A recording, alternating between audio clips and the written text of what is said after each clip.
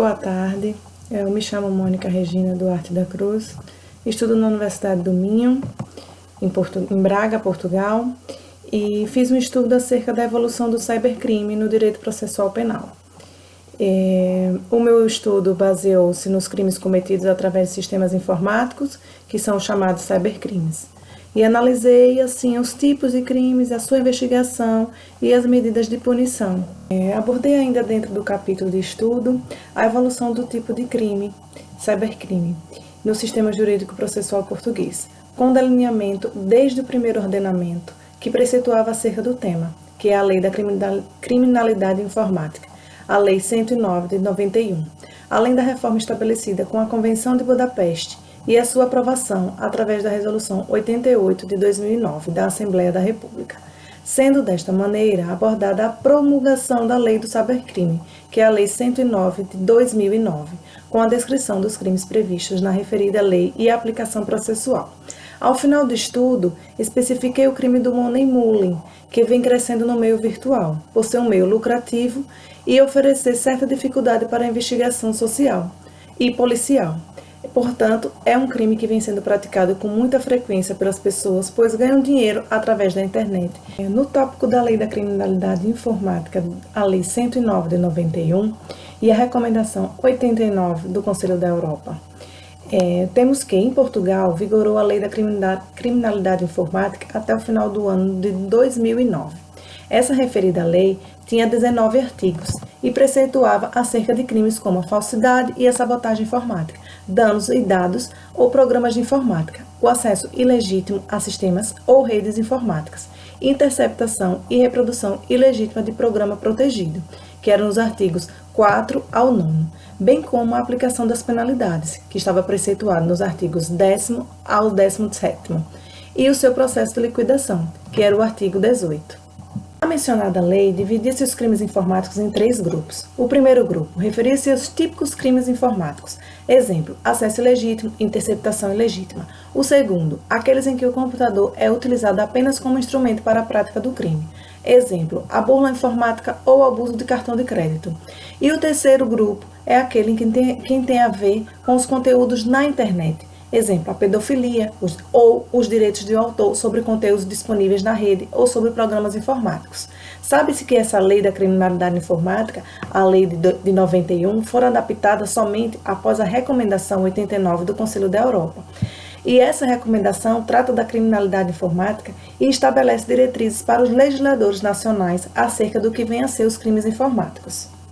Porém, com o estudo, percebemos que a Lei da Criminalidade Informática de 91 versava sobre os meios de apuração e penalização de crimes informáticos, contudo, sem contemplar um regime jurídico de obtenção de prova digital. E por estar em vigor desde 91, a lei tornou-se desatualizada face ao desenvolvimento das novas formas de atuação cybercriminosa. Vimos também a Convenção de Budapeste. O Conselho da Europa, ao qual Portugal aderiu em 76, foi criado com o propósito de defesa dos direitos humanos, desenvolvimento democrático e estabilidade político-social na Europa. No ano de 2001 foi quando houve a elaboração da Convenção de Budapeste, em Budapeste. Essa convenção foi um tratado internacional de direito penal e processual penal, que definiu os crimes praticados por meio da internet e as formas de investigação. Na época, tentou-se harmonizar as várias legislações dos países signatários para que o combate contra a cybercriminalidade ocorresse de forma mais eficaz possível. Essa convenção teve como objetivo criar mecanismos destinados a proteger a sociedade contra a criminalidade no cyberespaço, designadamente através da adoção de legislação adequada e da melhoria de cooperação internacional. A Convenção de Budapeste trata basicamente de violações de direito autoral, fraudes relacionadas a computador, pornografia infantil e violações de segurança de rede. A preocupação com o crescimento dos crimes no âmbito cibernético que fez surgir a Convenção do Cybercrime, que teve como objetivo principal proteger a sociedade contra esse tipo de criminalidade através de uma legislação internacional e reconhece que existe a necessidade de cooperação entre os Estados e a indústria privada, Do texto da Convenção, podemos extrair ainda, do preâmbulo, a preocupação com respeito aos direitos fundamentais do ser humano, como os garantidos pela Convenção para a Proteção dos Direitos do Homem e da Liberdade Fundamentais do Conselho da Europa, de 1950, pelo Pacto Internacional sobre os Direitos Civis e Políticos da ONU, de 1966, pela Convenção das Nações Unidas sobre os Direitos da Criança, de 1989, e pela Convenção da Organização Internacional do Trabalho sobre as Piores Formas de Trabalho Infantil, de 1999. O texto da Convenção define também no capítulo 1º o sistema informático, dados informáticos, fornecedor de serviços de dados de tráfego, e preceitua as infrações no capítulo 2, na seção 1, título 1, as infrações contra a confidencialidade, integridade e disponibilidade de sistemas informáticos e dados informáticos. No título 2, infrações relacionadas com computadores. Título 3, informações relacionadas com conteúdo. Título 4, informações relacionadas com a violação do direito de autor e direitos conexos. Além disso, a matéria relacionada ao direito processual penal está prevista na seção 2 do capítulo 2, nos artigos 14 ao 21. Disposições processuais, condições e salvaguardas, conservação expedita de dados informáticos armazenados, conservação expedita e divulgação parcial de dados de tráfego, injunção, busca e apreensão de dados informáticos armazenados, recolha em tempo real de dados informáticos e interceptação de dados relativos ao conteúdo.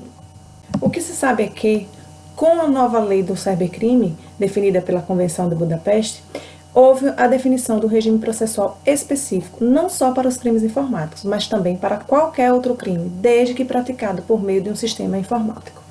Assim, com a aprovação da Convenção de Budapeste e a sua ratificação pelo meio da Resolução 88 de 2009, define-se no ordenamento jurídico português uma compilação que trata especificamente do cybercrime. A Lei do Cybercrime, que é a Lei de 2009, traz inovações importantes para o direito português, pois preceitua de forma concreta sobre crimes que antes eram vistos como uma inovação.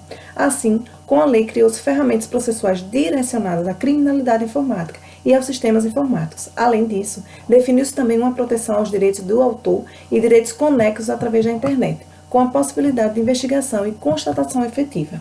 Desta forma, a lei veio preencher uma lacuna que existia no sistema processual penal português, providenciando aos órgãos da Polícia Criminal os meios necessários não só para o combate do cybercrime, mas também para garantir o combate contra a criminalidade informática em geral.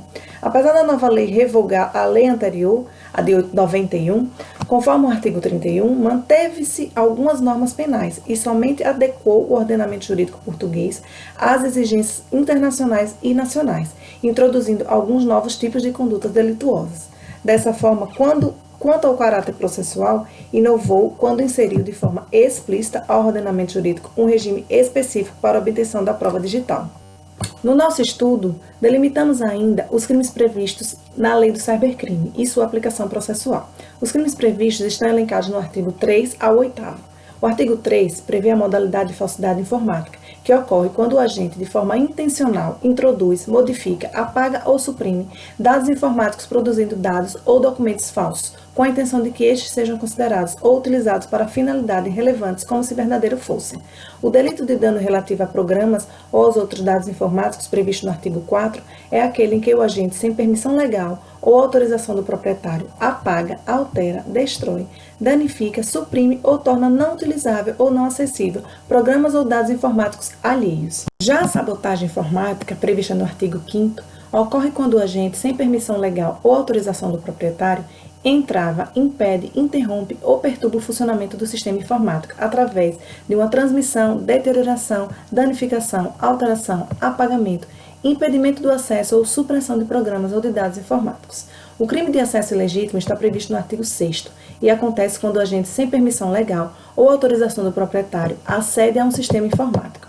Já a interceptação ilegítima, que é prevista no artigo 7º, é aquele em que o agente, sem permissão legal ou sem autorização do proprietário, através de meios técnicos, intercepta transmissões de dados informáticos que se processam no interior de um sistema informático.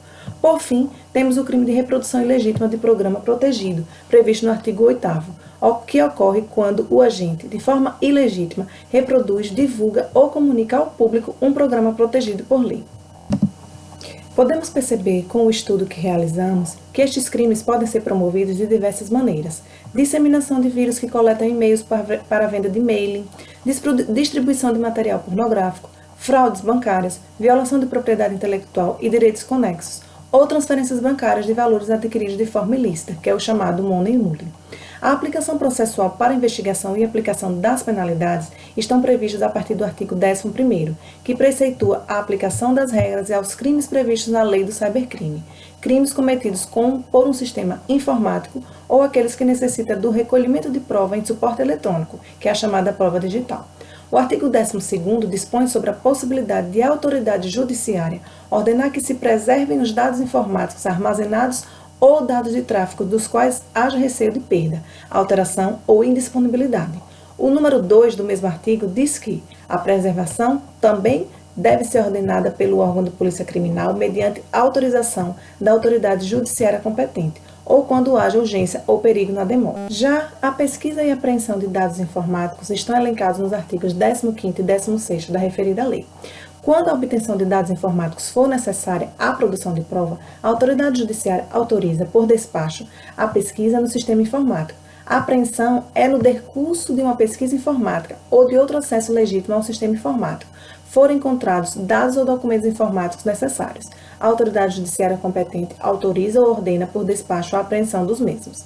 Já os artigos 17º e 18º são as exceções, pois tratam de apreensão de provas somente através do correio eletrônico e interceptação de comunicações com a possibilidade de recolha de provas em suportes eletrônicos, quando os crimes se encontrarem previstos nos artigos 187 do Código de Processo Penal, que são chamados interceptações telefônicas.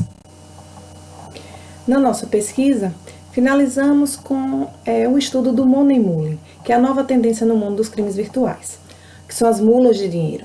Nesse tipo delituoso, o criminoso recruta as mulas utilizando diferentes métodos informáticos. São as redes sociais, os e-mails, anúncio de emprego, páginas de internet, aplicativos de mensagens instantâneas, anúncios com oportunidade de ganhar dinheiro pela internet.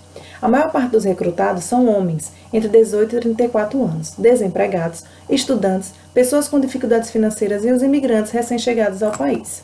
Entretanto, o que ocorre é que esses criminosos roubam dinheiro online através de phishing, ataques de malware, fraudes em compras online, clonagem de cartões de crédito. Muitas vezes criam um website idêntico ao original para que roubem as informações das vítimas, assim que estas digitam seus dados na página virtual e posteriormente resgatam os valores roubados através de transferências ilegais.